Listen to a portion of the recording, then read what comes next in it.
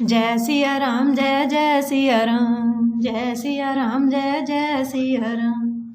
समझने में नाम और नामी दोनों एक से हैं, किंतु दोनों में परस्पर स्वामी और सेवक के समान प्रीति है। अर्थात नाम और नामी में पूर्ण एकता होने पर भी जैसे स्वामी के पीछे सेवक चलता है, उसी प्रकार नाम के पीछे नामी चलते हैं। प्रभु श्री राम जी अपने राम नाम का ही अनुगमन करते हैं, नाम लेते ही वहां आ जाते हैं। नाम और रूप दोनों ईश्वर की उपाधि हैं। ये भगवान के नाम और रूप दोनों अनिवर्चनीय हैं, अनादि हैं और सुंदर बुद्धि के ही इनका स्वरूप जानने में आता है। इन नाम और रूप में कौन बड़ा है, कौन छोटा, ये कहना तो अपराध है। इनके गुणों का तारतम्य सुनकर साधु पुरुष स्वयं ही समझ लेंगे। रूप नाम के अधीन देखे जाते हैं, नाम के बिना रूप का ज्ञान नहीं हो सकता।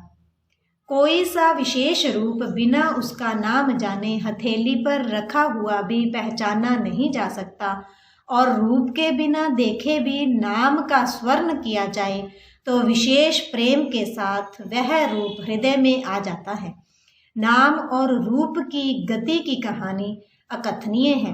वह समझने में सुखदायक है, परंतु उसका वर्णन नहीं किया जा सकता। निर्गुण और सगुण के बीच में नाम सुंदर साक्षी है और दोनों का यथार्थ ज्ञान कराने वाला चतुर दुभाषिया है। तुलसीदास जी कहते हैं, यदि तू भीतर और बाहर दोनों ओर उजाला चाहता है तो मुख रूपी द्वार की जीभ रूपी देहली पर राम नाम रूपी मणि दीपक को रख। ब्रह्मा के बनाए हुए इस प्रपंच से बलि भांति छूटे हुए वैराग्यवान मुक्त योगी पुरुष इस नाम को ही जीभ से जपते हुए जागते हैं और नाम तथा रूप से रहित अनुपम अनिवर्चनीय अनाम्य ब्रह्म सुख का अनुभव करते हैं। जो परमात्मा के गूढ़ रहस्य को जानना चाहते हैं, वे भी नाम को जीभ से जप कर उसे जान लेते हैं।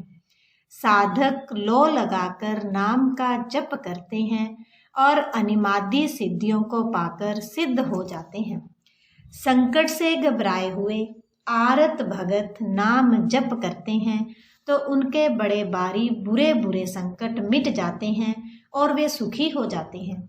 जगत में 4 प्रकार के अर्थार्थी, धन आदि की चाह से बजने वाले, दूसरा आरत संकट की निवृत्ति के लिए भजने वाले, तीसरे हैं जिज्ञासु भगवान को जानने की इच्छा से भजने वाले, और चौथे ज्ञानी भगवान को तत्व से जानकर स्वाभाविक ही प्रेम से भजने वाले राम भक्त हैं, और चारों ही पुण्य आत्मा पाप रहित और उदार हैं।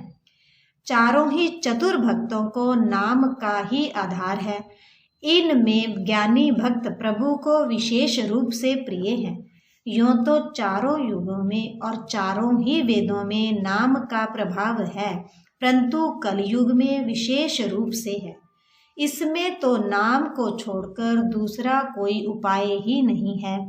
जो सब प्रकार की कामनाओं से रहित और श्री राम भक्ति के रस में लीन है, उन्होंने भी नाम के सुंदर प्रेम रूपी अमृत के सरोवर में अपने मन को मछली बना रखा है।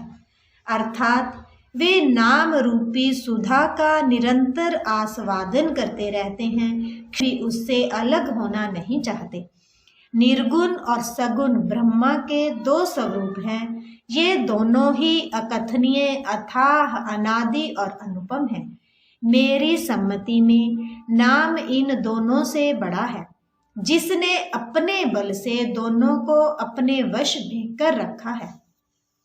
सज्जनगण, इस बात को मुझ दास की डिठाई या केवल काव्योक्ति न समझें। मैं अपने मन के विश्वास, प्रेम और रुचि की बात कहता हूँ। दोनों प्रकार के ब्रह्म का ज्ञान अग्नि के समान है।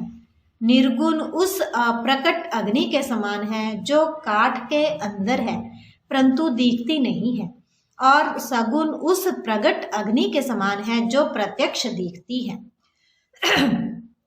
तत्वतः दोनों एक ही हैं, केवल प्रगट अप्रगट के भेद से भिन्न मालूम होती हैं।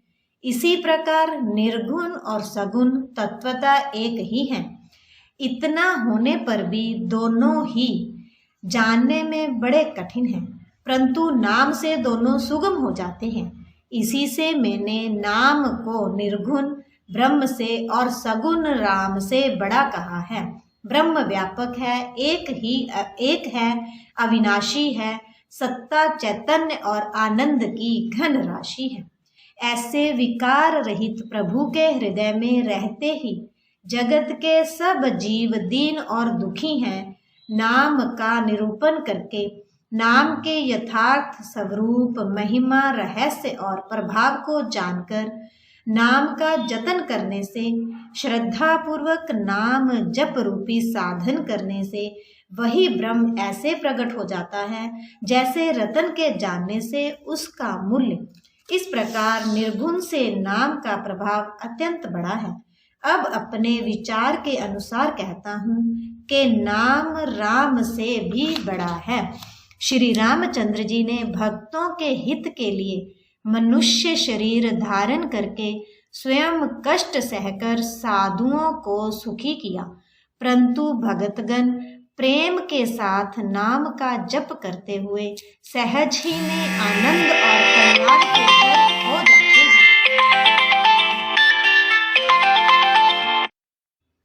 श्री राम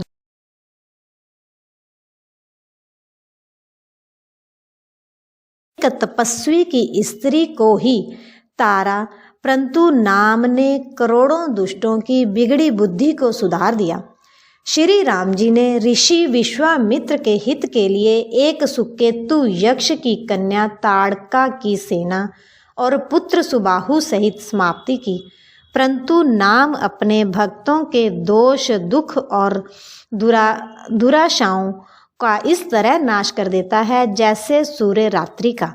श्री राम जी ने तो स्वयं शिव जी के धनुष को तोड़ा, परंतु नाम का प्रताप ही संसार के सब भयों का नाश करने वाला है। प्रभु श्री राम जी ने दंडक वन को सुहावना बनाया, परंतु नाम ने असंख्य मनुष्यों के मनों को पवित्र कर दिया। श्री रघुनाथ जी ने राक्षसों के समूहों को मारा, परंतु नाम तो कलयुग के सारे पापों की जड़ उखाड़ने वाला है। श्री रघुनाथ जी ने तो शबरी, जटायु आदि उत्तम सेवकों को ही मुक्ति दी, परंतु नाम ने अगणित दुष्टों का उद्धार किया। नाम के गुणों की कथा वेदों में प्रसिद्ध है। श्री राम जी ने सुग्रीव और विभीषण दोनों को ही अपने शरण में रखा, यह सब कोई जानते हैं, परंतु नाम ने अनेक गरीबों पर कृपा की है। नाम का यह सुंदर विरध लोक और वेद में विशेष रूप से प्रकाशित है। राम जी ने तो भालू और बंदरों की सेना बटोरी और समुद्र पर पुल बांधने के लिए थोड़ा परिश्रम नहीं किया, परंतु नाम लेते ही संसार समुद्र सूख जाता है। सज्जनगण, मन में विचार कीजिए कि दोनों में कौन बड़ा है। श्री रामचंद्र जी ने कुटुंब सहित रावण को युद्ध में मारा, तब सीता सहित उन्होंने अपने नगर अयोध्या में प्रवेश किया। राम राजा हुए, अवध उनकी राजधानी हुई। देवता और मुनि सुंदर वाणी से जिनके गुण गाते हैं, परंतु सेवक प्रेम पूर्वक नाम के स्मरण मात्र से बिना परिश्रम मोह की प्रबल सेना को जीत कर प्रेम में मगन हुए अपने ही सुख में विचरते हैं। नाम के प्रसाद से उन्हें सपने में भी कोई चिंता नहीं सताती। इस प्रकार नाम ब्रह्म और राम दोनों से बड़ा है। यह वरदान देने वालों को भी वर देने वाला है। श्री शिव जी ने अपने हृदय में यह जानकर ही 100 करोड़ राम चरित्रों में से इस राम नाम को ग्रहण किया है। मासा प्रायण पहला विश्राम।